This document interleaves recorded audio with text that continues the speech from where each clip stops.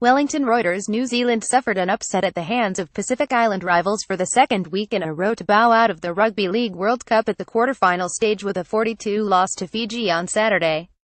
Rugby League World Cup New Zealand vs Fiji Wellington Regional Stadium, Wellington, New Zealand, November 18, 2017. Fiji players celebrate after defeating New Zealand in their quarterfinal match.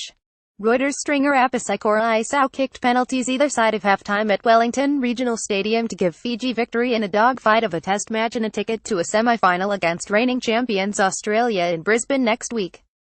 Tonga, who beat Lebanon in Saturday's other quarterfinal, will take on England or Papua New Guinea in the other semi in Auckland. New Zealand had been looking to get back on track after a stunning upset at the hands of the Tongans last week, the first by a Tier 2 nation against Tier 1 opposition at a World Cup. One of only 3 countries to have won the World Cup, the 2008 champions instead found themselves under huge pressure from the off end, but for Fiji decision to tap penalties rather than take the points, could have faced a heavy deficit at the break.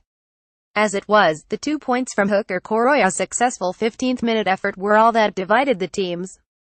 New Zealand halfback Sean Johnson levelled up the scores from the kicking tee 5 minutes after the break, but the hosts were unable to build on that as winger Jordan Rapana was sent to the sin bin for a professional foul 2 minutes later.